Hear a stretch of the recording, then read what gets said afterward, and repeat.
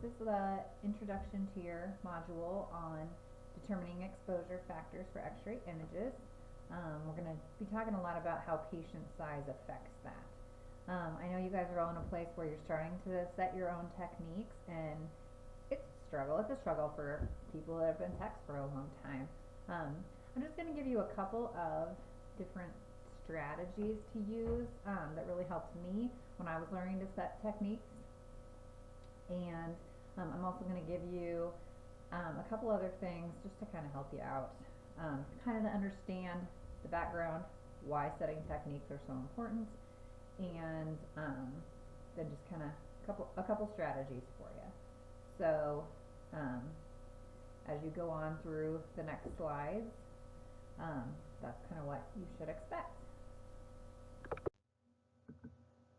For a little background on setting exposure factors, we're going to talk about dose creep and how that is affecting digital radiography. I found a great article written by the ARRT. Just going to have you read that, and then on the next slide you're just going to take a short quiz just to make sure that you kind of understood what you were reading. Alright, so read a little bit about dose creep.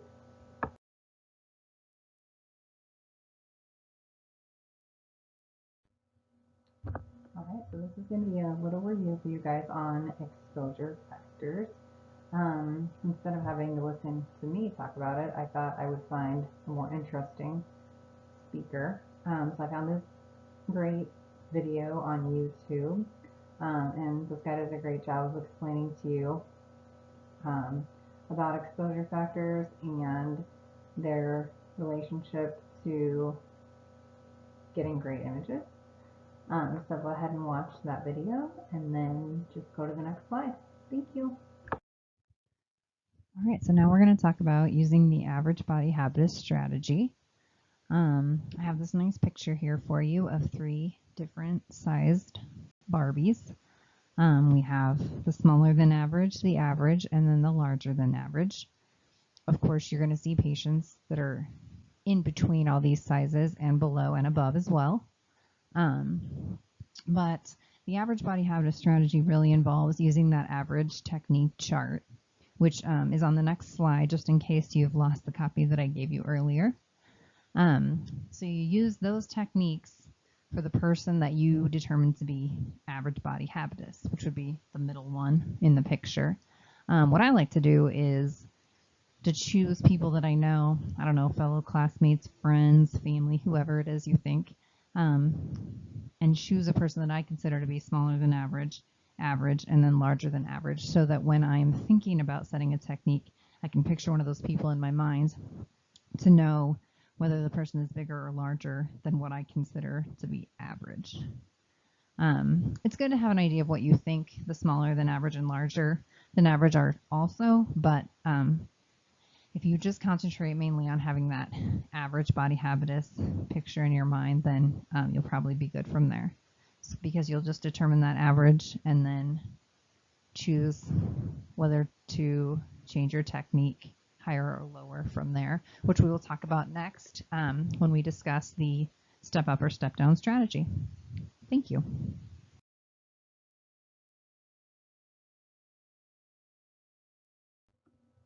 Alright, so after discussing the average body habitus strategy, we're going to talk about the step up or step down strategy.